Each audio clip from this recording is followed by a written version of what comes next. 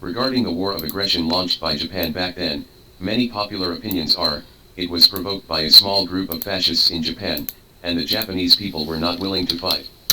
The immoral things they did in China were completely forced or brainwashed by the government. They are also war.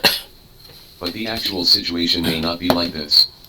Just before Japan launched the war of aggression against China, all the social elites and ordinary people in Japan believed that the only way out is war.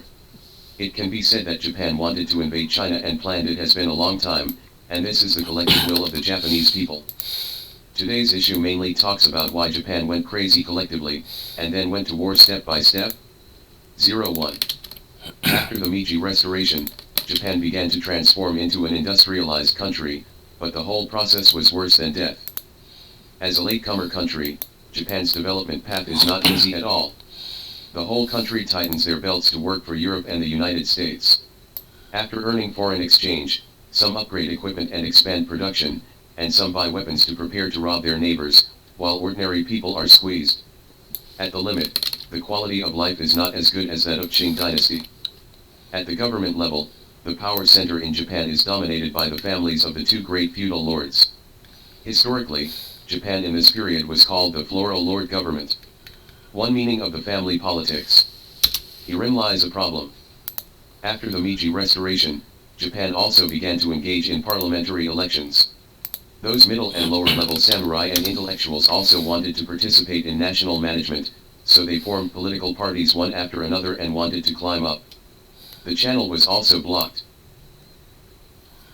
At that time, Japanese society was divided into various categories, including ordinary people, landlords, and even civil servants. After a certain level of involvement, the society became a bit immobile, and some people became poor and wanted to change. There is only one solution given by unscrupulous Japanese scholars: robbing neighbors. Attention everyone, robbing neighbors is not an individual idea of a few intellectuals, but a general consensus in Japanese society at that time. They also have a very popular theory called conquest of Korea. They can also be transferred back to Japan, and ordinary people who can't get along can also go to North Korea to find a way to survive. Everyone knows what happened later. In 1894, Japan won the Sino-Japanese War, occupied Korea and our Taiwan province, and received 200 million taels of silver as war indemnity, Great Powers Club. However, Japan has no sense of presence among the great powers, and is often squeezed out, and its mentality collapses. First of all, only the Japanese in the Great Powers Club are of yellow race, and they are not in the Christian cultural circle. Usually, when the great powers hold meetings, the Japanese representative can only listen quietly, occasionally giggling, and cannot chat in private. At the Versailles Peace Conference, although Japan proclaimed itself one of the top 5, it was excluded everywhere. Secondly, Japan got on the bus late. By the time Japan became a military power, the colonies around the world would have been divided up. It's like, Japan finally mastered the sunflower collection on the island, and went to the martial arts conference happily to compete with swords, but people wanted to fight in literature instead of fighting in martial arts, which made Japan very angry. Although Japan cut away North Korea and Taiwan province of China by virtue of the Sino-Japanese War of 1899 to 1895, compared with those old hooligans, Japan felt that its colonies were too few. The most unbalanced state of mind in Japan was at the Paris Peace Conference. As a victorious country in World War I, Japan did not gain anything. The common people in the country gave up and went to the streets shouting slogans all day long, feeling that their national dignity was insulted by the great powers. Yes, the Japanese delegation couldn't bear the pressure and proposed that if the big brother ran over, he couldn't return empty-handed. Can you transfer the German colony in Qingdao to yourself, so that you will have an explanation when you return to China? But the problem is, China is also a victorious country. How can it win the war and not return to the colony? As a result, China and Japan quarreled at the Paris Peace Conference. At that time, countries generally sympathized with China and hated the shameless idea of the Japanese, but the Japanese representative didn't care, and threatened that they would not join the League of Nations unless they got Qingdao. In the end, the great powers had no choice but to allow Japan to occupy Qingdao, but Japan basically had no friends in the international community. After China received the news, it immediately blew up the pot, and regarded Japan as the number one enemy from top to bottom. But at that time, they couldn't do anything with Japan, so they could only do Japanese goods, which made the Japanese OK， 那 economy 你 very 现在去 painful. 吧，还是怎么样？ After the First World War, the international order was basically established. 好吧， From the conclusion of the 呀，你 Paris 先做 Peace 事吧 Conference ，OK， in 1919 to the Great Depression in OK， 拜 1929, 拜。 the years were quiet 天阳 and 不是 good. 出去玩去了吗？ But we all know that there is an undercurrent in Europe. After Mustache came Okay. to power, Germany's war 他们 machine 现在还 has 没 begun 走。 to start, and Japan in the east Okay, is bye-bye. becoming more and more manic every day, because it itself has begun to fall off. The first problem in Japan is the population problem. Since 1920, the population of Japan has increased rapidly. For the first time, rice is not free.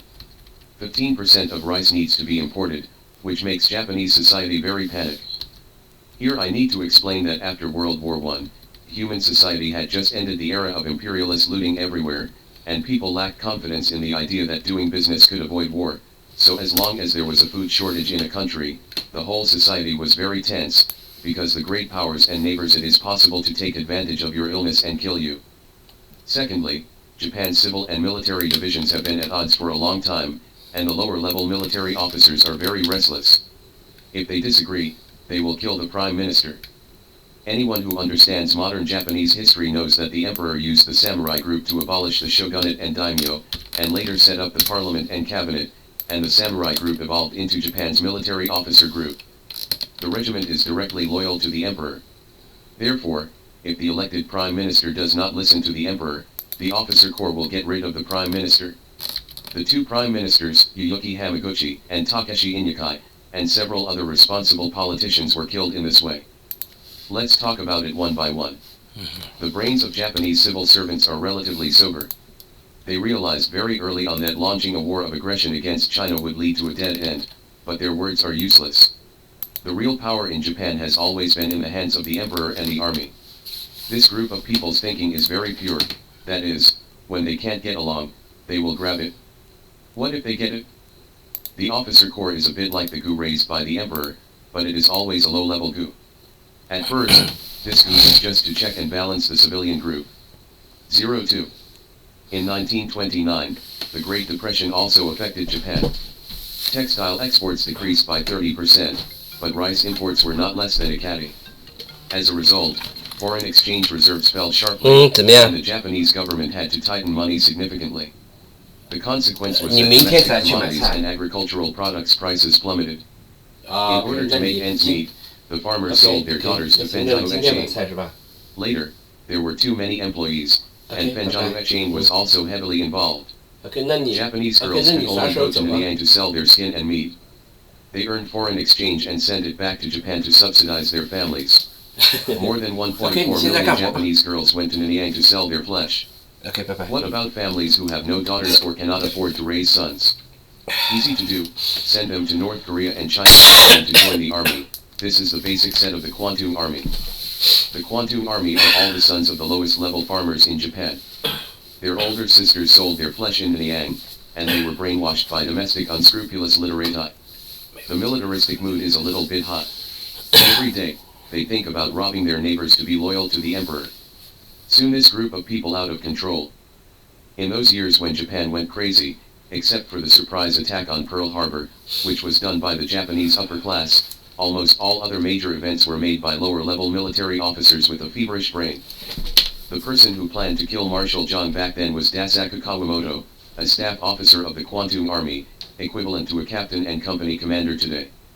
He felt that if Marshal John was killed, the bandits in the northeast would be in chaos. After cleaning up the mess, the entire northeast can be easily cut off.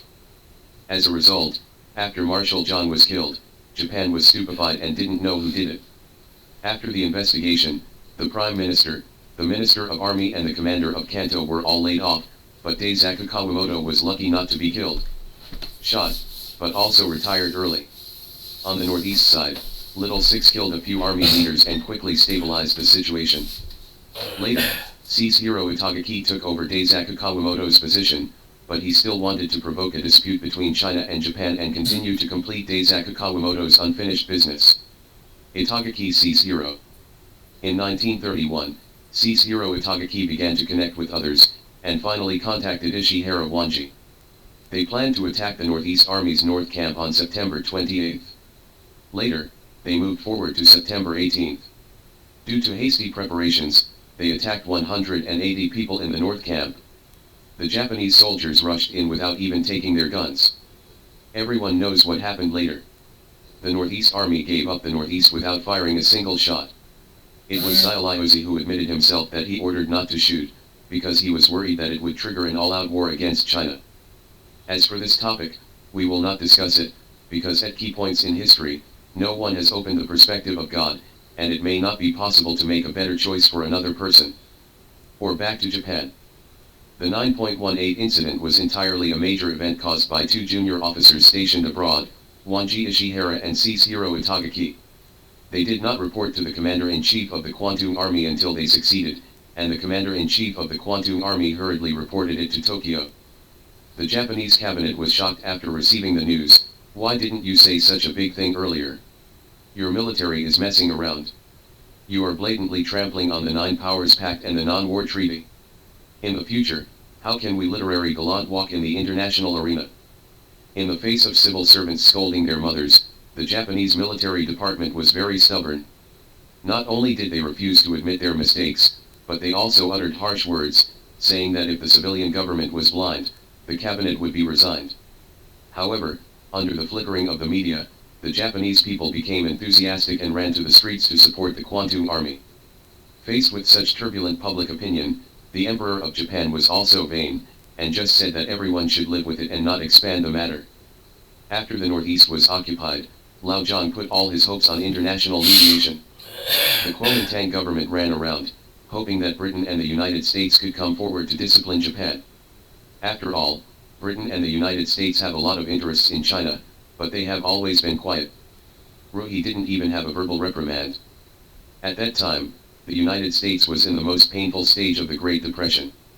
In order to save the economy, Roosevelt simply launched trade protection, closed the door and concentrated on solving domestic problems, and had no mood to care about China and Japan. But Britain and France are even more obscene.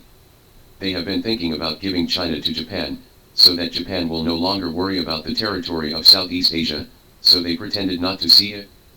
As we said before, the Japanese army evolved from a group of low-level warriors, and the Kwantung Army was the lowest level group in Japan. They don't understand what political wisdom is. The silence of China and the international community has made the Kwantung Army's confidence skyrocket. Less than a month after 9.18, the military department forgot the emperor's no expansion decree, and then occupied Inner Mongolia and the entire northeast, and drove all the Northeast Army into the pass. In March of the following year, the Kwantung Army was in an emergency. The establishment of the puppet man Hyukyo is to cook raw rice into mature rice. When things got to this point, the League of Nations couldn't continue to support the corps. Pretending to be invisible, the League of Nations officially issued a document condemning Japan, and asked Japan to choose between the international community and Manchuria. At this time, the Japanese Prime Minister was named Nanyang Takeshi. I am not swearing, this is his real name. He was one of the few in the Japanese government with a relatively clear mind. Nanyang Takeshi knew that if Japan and the international community turned the table, Japan would. If you are isolated, you will not be able to do business in the future, but the problem is that the domestic military sticks and troublemakers are emotional, and they will never easily spit out the robbed territory, and the domestic political environment cannot return to before 9.18. Therefore, while making a high-profile echo of public opinion, Nanyang Takeshi is actively negotiating with China and the international community in private, hoping to reach an understanding. This matter was quickly seen through by the military, and then they found someone to kill Quan Yanji.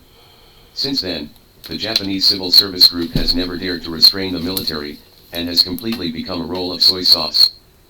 Nanyang Takeshi. From 1931 to 1937, these were the 6 years when China was most isolated and helpless. Britain and France are doing their best to guard against Germany, and have no mood to take into account the Sino-Japanese issue. After Roosevelt came to power, the United States simply closed its doors to engage in economics, and even agreed to let the Philippines become independent in 1946, intending to give up the entire Western Pacific region. During those days, Lao Zhang was desperate. In 1933, the government and Japan signed the Tanggu Agreement, which stipulated that the wall should be used as the boundary, and China and Japan would break away from military contact.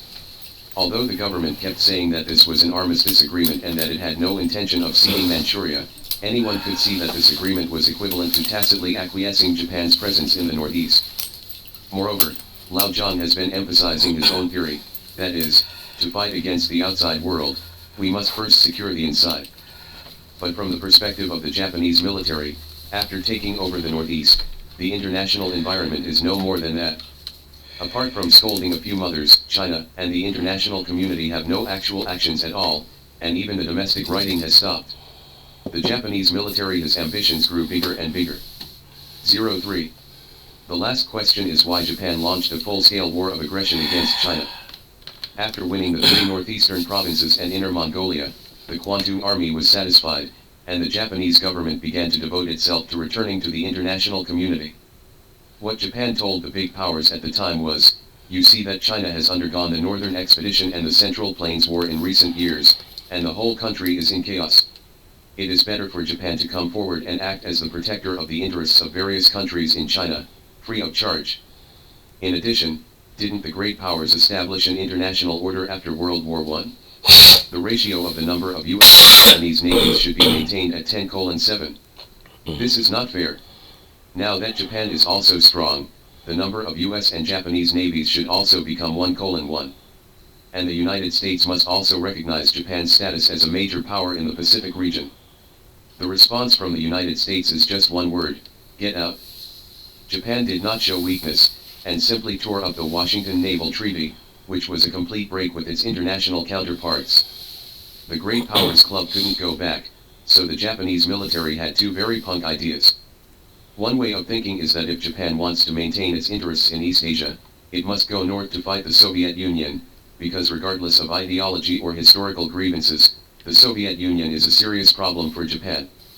If they wait until the Soviet Union develops, they will definitely develop eastward at that time. Japan may not be able to withstand the attack of the Soviets. People who hold this kind of thinking are known as the Northern School. Another idea is that beating the Soviet Union will not solve the problem. The international order is not created by the Soviet Union, but by Britain and the United States. If the white devils such as Britain, the United States, France, and the Soviet Union are not driven out of Asia, then Japan will always succumb to the game of European and American powers according to the rules, be a second-rate country that depends on others. Because this faction has a relatively wide range of attacks, it is called the total faction.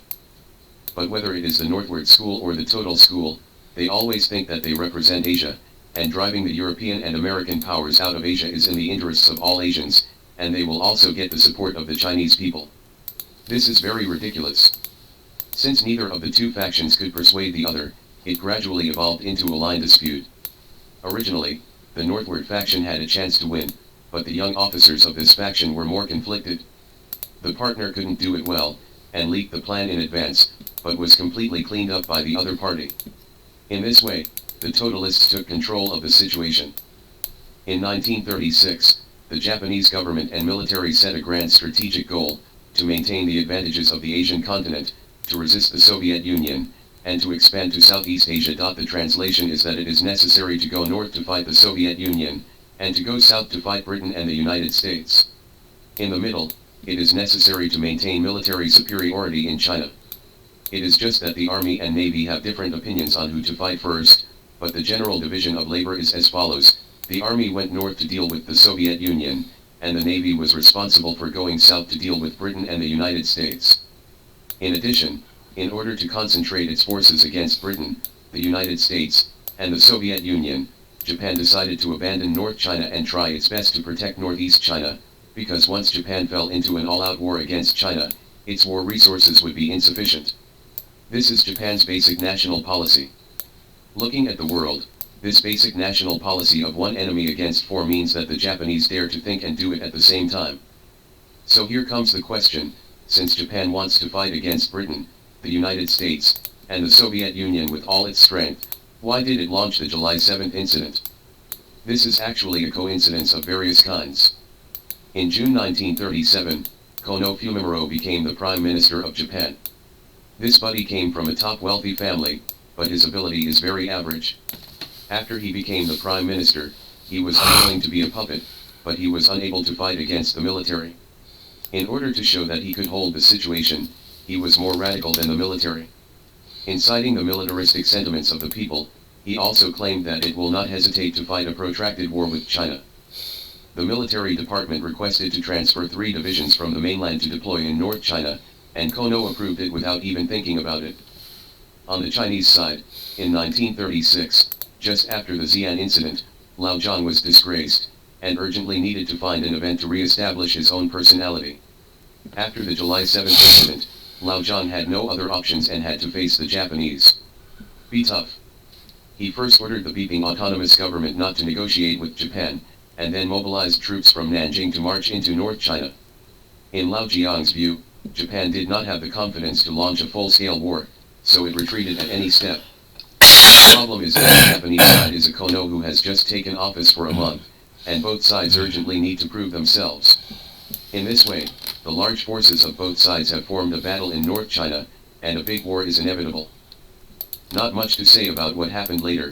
Japan launched a full-scale war of aggression against China, and later went to Southeast Asia to snatch the colonies of Britain and the United States, and finally returned to normal after being educated by the 2 atomic bombs. Epilogue. Having said so much, I just want to make one thing clear. Back then, Japan went crazy step by step and launched an all-out war. This was the collective will of Japan.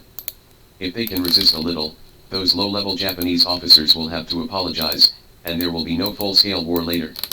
It was Lao Zhang and Xiao Zhang who tried their best to avoid the war that made Japan continue to expand, and finally the whole country was involved in the vortex of war.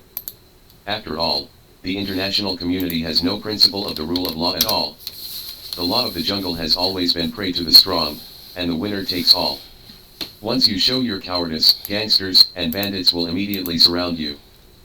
After the founding of the People's Republic of China, we went to North Korea to fight against the Americans under great pressure, because the lessons learned in the past 100 years were too profound. When others came to your door, if you pretended not to see them, they would come to you next step. Homes were burned, killed, looted, and smashed. Therefore, the lessons of history tell us that in the face of threats and temptations, we cannot retreat even one step. If Zhang Xiaolang had been able to resist a little at the beginning, those low-ranking Japanese officers would have to confess their guilt, and a full-scale war would not have occurred later. Placing hope in Japan's bureaucratic system to solve September 18th is completely conceded by Chinese fans, and it is not even as reliable as Zhang Zhang's League of Nations plan. You said it yourself, the bureaucracy wants to control the military but can't control it. The more rational prime minister was chopped off.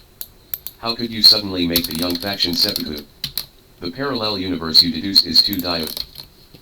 If Zhang Zuoliang issued an order from Beiping to demand that the elite Northeast defenders in the past, actually the alliance of various military leaders, Zhang Zuoliang's uncle, who has been infiltrated by Japan since Zhang Zuolin's time, resolutely resisted, then some of them would have escaped.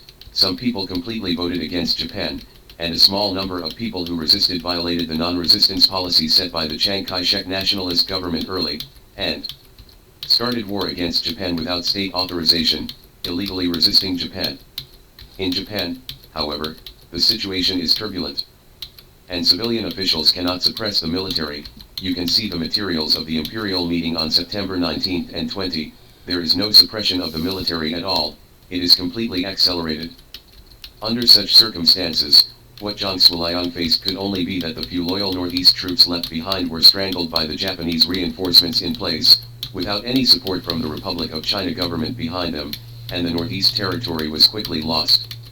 The various warlords in Guanyi and North China who surrendered to themselves on the books have won the support of Japan to besiege themselves. For example, Yan Zishan secretly boarded a Japanese plane before 918 and sneaked back to take control of the army. Zhang received the Fengtian arsenal inventory rewarded by the Japanese. Then the public opinion was like the Middle East road. First they shouted and shouted, then they insulted the teacher and humiliated the country, and finally the argument fell on Zhang Zuoliang's arbitrariness in starting the war to drag the country into the water. 90 years later, the textbooks compiled by the Southerners are because Zhang Zuoliang's Northeast Army has been kidnapping the country for foreign wars since it changed its flag for personal gain in 1928. From the Middle East road to September 18th, although the government has calmly restrained and refused to provide any support, it is still after giving the Japanese military an excuse, the peaceful Japanese civil servants were unable to suppress the raging public opinion, which caused Shanghai 128 to be devastated by the flames of war, and the fuse of the all-out war between China and Japan was laid. Mao Zedong's strategy is the China strategy.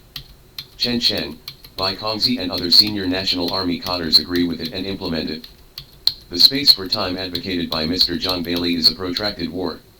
The Battle of Songkyu was launched to change the general direction of the Japanese Army's strategic offensive. Which of your eyes saw Chairman Mao say that the 8th Route Army is invincible?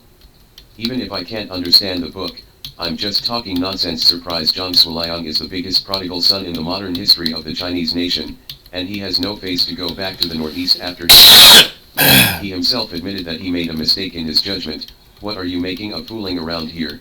It is reasonable to run away. Northeast is Zhang's base camp, anyone can run, but Zhang Zuoliang can't run. Squatting in the northeast he is the northeast king, leaving the northeast he is a lost dog. Sun Quan understands this truth. Anyone can surrender, but I, Sun Quan, cannot. Anyone can escape, even Zhang Zuoliang can't escape. His little six don't understand, and you don't understand either? Back then, the little devil invaded China was the wish of all Japanese citizens. In fact, the little devil was like a poor boy. At the beginning, he tightened his belt to buy lottery tickets, the Sino-Japanese War of 1894 to 1895. Is it such a good thing? Later, the international environment gradually changed, the Great Depression, etc. These are all external factors. In fact, the little devil has dreamed of occupying China since the Tang dynasty more than 1,000 years ago. At that time, I saw that China was worse than the African natives. I thought this is a once-in-a-lifetime opportunity. That's why large-scale wars were launched, but the people there, the little devils, have no brains, so that the fate of the imperial country is all due to one battle, fantasizing about another victory in the Sino-Japanese War. I didn't expect that Mao Zedong, an old man, was born in China. He is really a genius. Article on the protracted war clearly stated all the problems of the anti-Japanese war. This is a bug. You know it, but there is no way to do it. Now a lot of idiots in China are still saying that China's victory in the anti-Japanese war depends on the United States. I said that KNMB did not graduate from junior high school. Just stop coming out and fooling around.